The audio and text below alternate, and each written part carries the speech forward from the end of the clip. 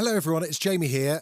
Now, before we get into the actual episode, apologies, I've got a request to make. All of us at the Smart 7 are really excited. Over the past week, we've been nominated for 4 different awards, which is just a huge, massive achievement for all of us. But one of them needs your help. We've been nominated for a Signal Award. We are up against some absolutely terrifying competition. Would you do me a favour? Would you just go to thesmart7.com? That will redirect you to the voting page. It'll take literally 1 minute of your day and could make the world of difference to us here. Thanks very much. Whatever you're saving up for, a CD from Sandy Spring Bank lets you grow your savings at a guaranteed rate. Right now, earn interest at 5.50% APY on an 8-month CD special or 5.00% APY on a 14-month CD special. Learn more at sandyspringbank.com/CD specials. Minimum opening deposit to earn the annual percentage yield is $500 for the 8-month CD special and $2,500 for the 14-month CD special. Member FDIC. On today's Smart 7, Rishi has a big decision on HS2, Trump faces the law in New York, and lots more. It's Tuesday the 3rd of October. It's Mean Girls Day, and happy birthday, Noah Schnapp. The Smart 7. It's news, but not the news.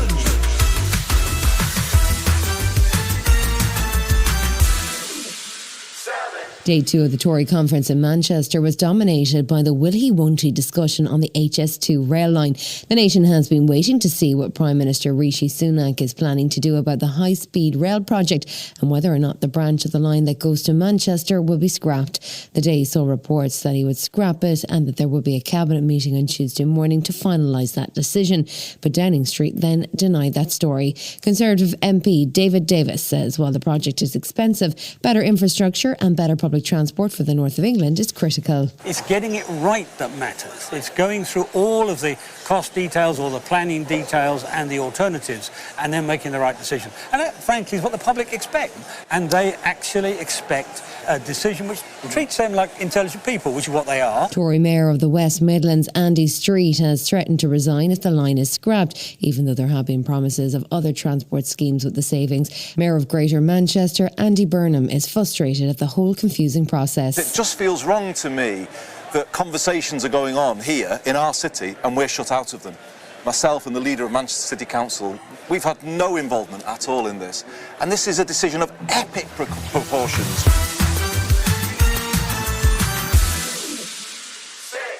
Monday saw the start of a 3-day strike as junior doctors and consultants walked out of hospitals, leaving only Christmas cover in place. Junior doctors are looking for a 35% pay rise, while consultants are believed to want around 12%. But it's been 150 days since Health Secretary Steve Barclay last met with the junior doctors' representatives, and over 170 days since he sat down with consultants. Vivek Trivedi from the British Medical Association says they're doing this due to government inaction. We've got doctors that I'm representing who've had their pay slashed by more than 26%. It is just not competitive enough to keep them here. And what we're seeing is those doctors are being driven away. And it's just such a shame that the government is taking no action to try and avert this. Chancellor Jeremy Hunt addressed the issue before his speech at the Tory conference in Manchester, but he was unimpressed by the doctors' pay claims. They are doing their job because they care about patients, the vast majority of whom are on lower salaries than they are.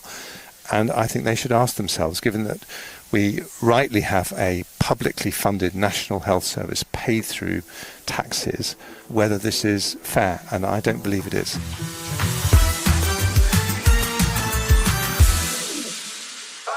This is a continuation of the single greatest witch hunt of all time. It's a scam, it's a sham. That was Donald Trump arriving into a New York court for his latest legal battle. He actually stands accused of a scam and sham in which the court has already ruled that he and his 2 sons are guilty of fraud over their habit of inflating the value of their assets. It's a civil case, so all that's left to be decided is the extent of damages that Trump will have to pay. He could also see his New York companies folded and property seized. The trial takes place before New York Supreme Court Judge Arthur Engoron, but there won't be a jury as one of Trump's lawyers appears to have forgotten to tick the jury trial box on one of the legal forms. The woman who brought the case is New York Attorney General Letitia James. My message is simple.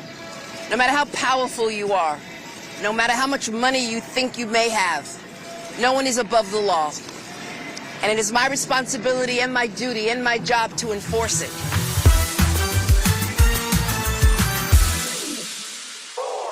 European Union foreign ministers, along with the EU's foreign policy chief Joseph Borrell, gathered in Kyiv on Monday in a show of support for Ukraine. Borrell pledged that every one of the 27 nations in the EU would stand by Ukraine, and they proposed a €5 billion military aid package for Ukraine, along with a commitment to train 40,000 soldiers and fighter pilots. The ministers also met with Ukrainian President Zelensky, who's keen to progress Ukraine's application for full EU membership. Foreign Minister Dmitry Kuleba has been keen to point out the historic nature of the gathering. This is a historic event because for the first time ever, Foreign Affairs Council is going to sit down outside of its current borders, but within future borders of the European Union. And this is a message in itself. So to come in the Smart 7, Chelsea get back on track, and Bob Geldof, the musical, is on the way. Right after this. The United States Border Patrol has exciting and rewarding career opportunities with the nation's largest law enforcement organization. Border Patrol agents enjoy great pay, outstanding federal benefits, and up to $20,000 in recruitment incentives for newly appointed agents. If you are looking for a way to serve something greater than yourself, consider the United States Border Patrol. Learn more online at cbp.gov/careers/USBP. That's cbp.gov/careers/USBP. Welcome back. There was one Premier League game on Monday night as Fulham hosted London neighbours Chelsea. Chelsea started the evening in 15th place in the table, 3 places below 12th place Fulham. But 2 quick goals in the 18th and 19th minute were enough to make a big difference, giving Chelsea only their second win of the season. Striker Armando Broza got only his second ever Chelsea goal after coming back from injury, and he was delighted with the result. Yeah, it's amazing. I mean, as a striker, you always want to score, you know, at the big stage, at the big moments. You know, I've always dreamed of scoring when I was a little kid, so it's just an amazing, really, and unbelievable feeling also to score in a derby. So it's amazing to get the 3 points, which is the most important thing. You know, work for the team and to try and score if I can. So it's a great feeling.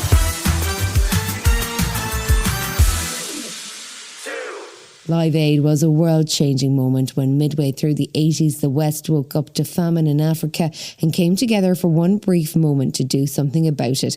The concept probably hasn't aged well, but the man behind that world-changing moment was Bob Geldof, and he popped up on BBC Breakfast to introduce a new twist to the Live Aid story.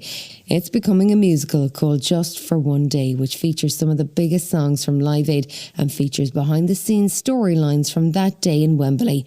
Bob says he still finds it weird watching an actor playing him. It's bad enough being Bob Geldof. It's slightly worse seeing somebody pretending to be you. The one upside for me is that he's got an amazing voice, stage Bob, so people will actually think that I sing as good as that.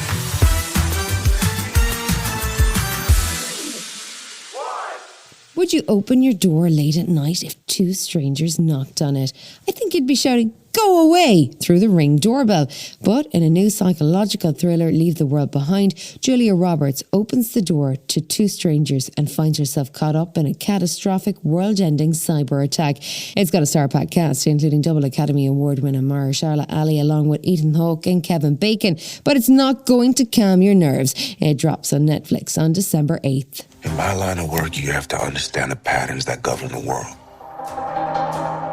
And I knew something was coming. What do you mean? We are seeing ongoing cyber attacks across the country. The truth is much scarier. You've been listening to The Smart 7. We'll be back tomorrow at 7 a.m. Hit that follow button and have a great day. Give us 7 minutes, we'll give you the world.